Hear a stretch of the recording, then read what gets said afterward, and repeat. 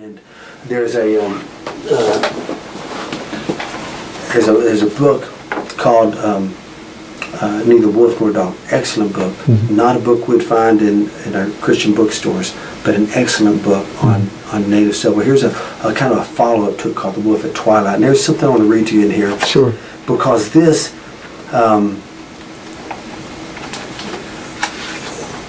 this kind of gives a perspective that most people don't have on natives. Mm-hmm.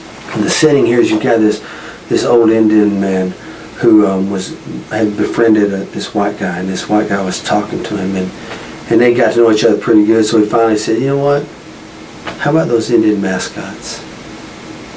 You know, what do you think about Indian mascots?" And here's what the old Indian man said. Mm-hmm. He said, "Here's what you've got to understand."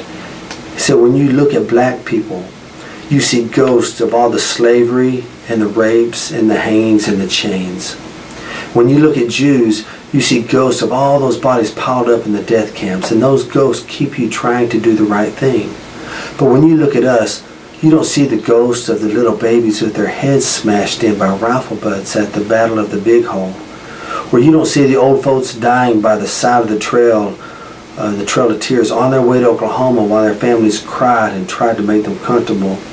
And you don't see the dead mothers at Wounded Knee or the little kids at Sand Creek who were shot for target practice." He said, "When you look at us, you don't see any ghosts at all. Instead, what you see are casinos and drunks and junk cars and shacks."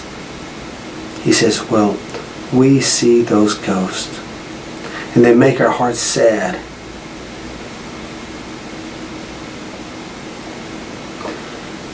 And they hurt our little children.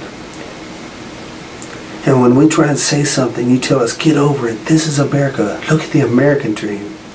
But as long as you're calling us redskins and doing tomahawk chops, we can't look at the American dream because those things remind us that we're not real human beings to you. And when people are not real humans, you can turn them into slaves or kill 6 million of them or shoot them down with Hotchkiss guns and throw them into mass graves like a Wounded Knee." He says, "No, we're not looking at the American dream, and why should we? We still haven't woken up from the American nightmare.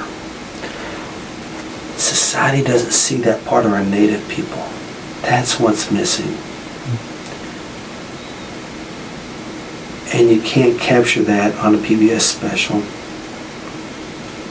You can't capture that by reading a book.